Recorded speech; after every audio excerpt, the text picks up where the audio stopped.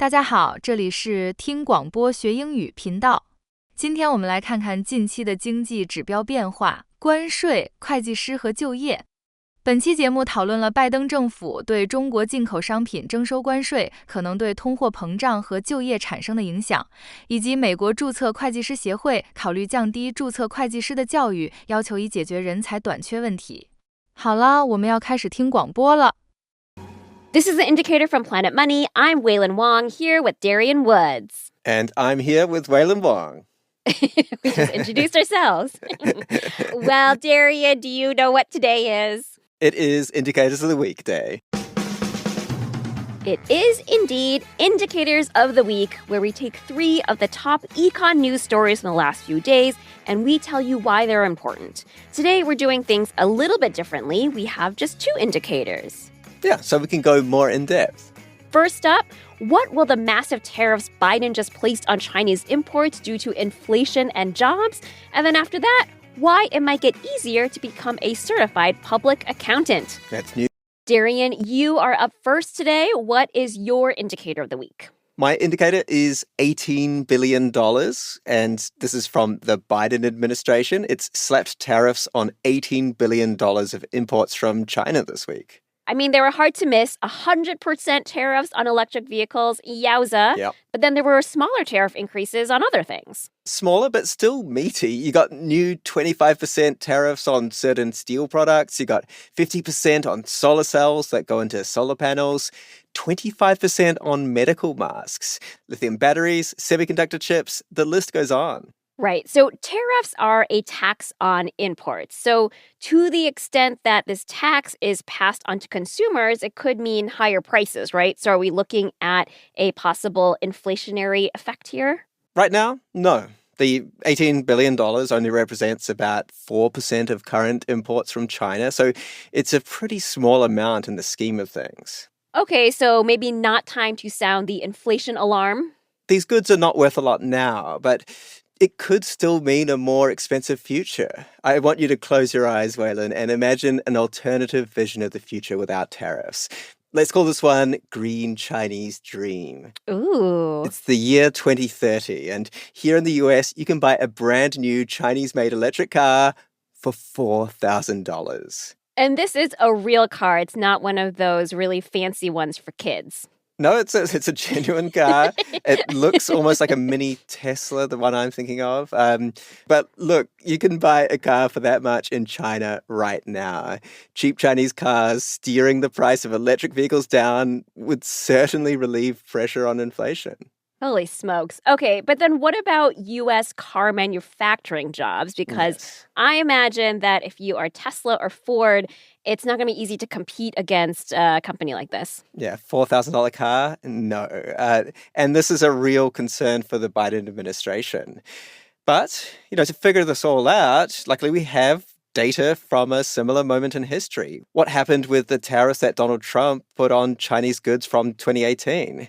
These covered a lot of imports, everything from car tires to steel to washing machines. Okay, and what happened to jobs back then? Well, I spoke to an economist, Gordon Hanson. He and his co-authors published a paper on this in the National Bureau of Economic Research. We actually found no impact on employment in the U.S. manufacturing regions that were producing goods that should have benefited from that trade protection. Okay, so the big reveal was that nothing happened? Nothing seemed to happen in these regions that were protected by tariffs. And so while Gordon says that this week's new tariffs could protect jobs, could preserve them in, say, car manufacturing, our experience is that the last trade war did not increase jobs. And other studies have been finding that it costs a lot of money to protect each job, as much as $900,000 per worker per year. Okay, so that's almost $1 million per job. Why is it so high?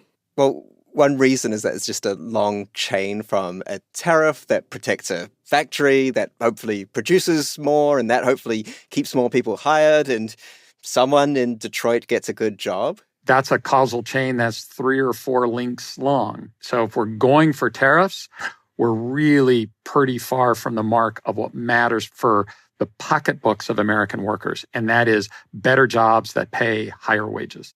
All right, so if tariffs are this pretty costly way of protecting jobs, then what is the rationale for doing tariffs? Politics in a word. What Okay. Gordon's study found was that even though the economic impact was slight and even negative when you factored in the retaliatory tariffs from China, it was politically positive. Donald Trump seemed to benefit. He got a boost that was modest. We estimate it at 0.7 percentage points. In a closely contested election, every little bit helps. All right, well, it seems like Biden is playing a tested political strategy then. Yeah, and Gordon says this moment this week is representative of a seismic shift in how trade is viewed in the US from both political parties now. We get used to policy being a certain way. We thought that globalization was here to stay. And turned out that our embrace of globalization lasted kind of 3 or so decades. And we really are in a new regime. And given China might retaliate with their own tariffs now, this trade war 2.0 might have only begun.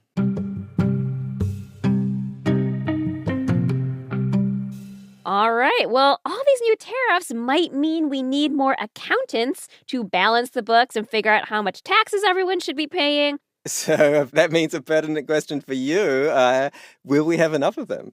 Big question, Darian. That brings me to my indicator, which is 150 hours. This is a number that is a lightning rod of debate in the world of certified public accountants. This sounds very spicy. We did a whole episode on CPAs and how there's fewer of them entering the field to replace retiring baby boomers. This CPA shortage, which we'll link in the show notes. How does your indicator relate to that problem? Well, 150 hours is the amount of college credit hours that CPAs are required to get. Now, a typical 4-year undergraduate education only adds up to 120 hours. And so there's been all this debate about whether those additional 30 hours is actually contributing to the lack of new CPAs. Right, so the degree gets you almost the way there, but then you have to pay for extra school. Those additional 30 hours cost money. Yeah, it's an additional strain on finances and time that some people might not have.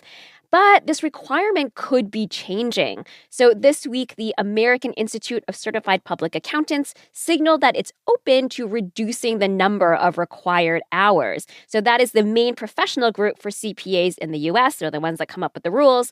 And until this week, this group had been opposed to lowering the educational requirement. Okay, what's responsible for this change of heart? Well, I think just a big pipeline problem that they're trying to solve. They heard your story, maybe? Yeah, exactly. Yes, all credit to us. And then also this week, an independent advisory group released a big report all about the talent shortage and what should be done about it. And here's an interesting nugget from that report. In surveys of business and accounting majors who chose not to become CPAs, more than half of them called out the 150-hour rule as a reason why.